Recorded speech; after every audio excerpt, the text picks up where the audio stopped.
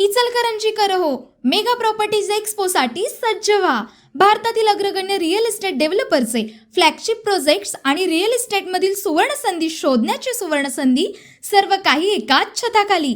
भारतातील आघाडीच्या real estate डेव्हलपरतर्फे खास प्रॉपर्टींचं प्रदर्शन.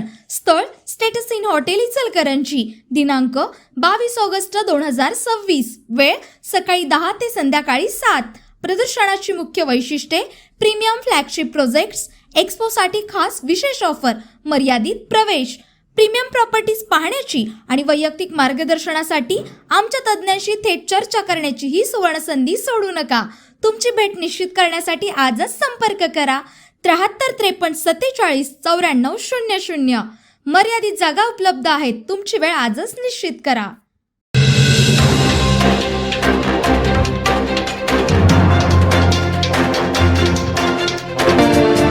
पंचगंगा नदीमधील चंदूर ते इचलकरंजी या 10 किलोमीटर लांबीच्या नदीपात्रातील गाळ काढण्यासाठी शासनानं मान्यता दिली आहे. या निर्णयामुळे नदीपात्रातील गाळाचा प्रश्न मार्गी लागणार असून पावसाळ्यातील संभाव्य पूरस्थिती कमी करायला तसंच नदीपात्राची वहन क्षमता वाढायला मदत होणार आहे, अशी माहिती आमदार राहुल आवाडे यांनी दिली. चंदूर ते इचलकरंजी या दरम्यान एकूण 10 किलोमीटर लांबीच्या नदीपात्रात मोठ्या प्रमाणात गाळ साचलाय.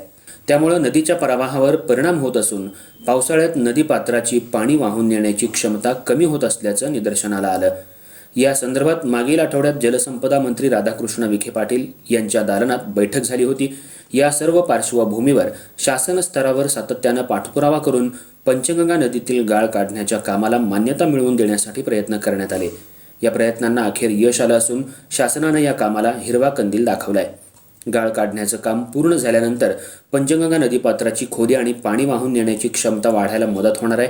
त्यामुळं चंदूर इचलकरंजी परिसरातल्या नागरिकांना याचा मोठा फायदा होणार असून पूरस्थितीच्या दृष्टीनंही हा निर्णय महत्त्वपूर्ण मानला जातोय, असंही आमदार आवाडे यांनी सांगितलं. जलसंपदा विभागाचे अपर सचिव सुम जगताप यांनी आदेश जारी केलाय. शासनाच्या या निर्णयाबद्दल नागरिकांमधून समाधान व्यक्त होत असून आमदार आवाडे यांच्या पाठपुराव्याचं स्वागत करण्यात येत आहे.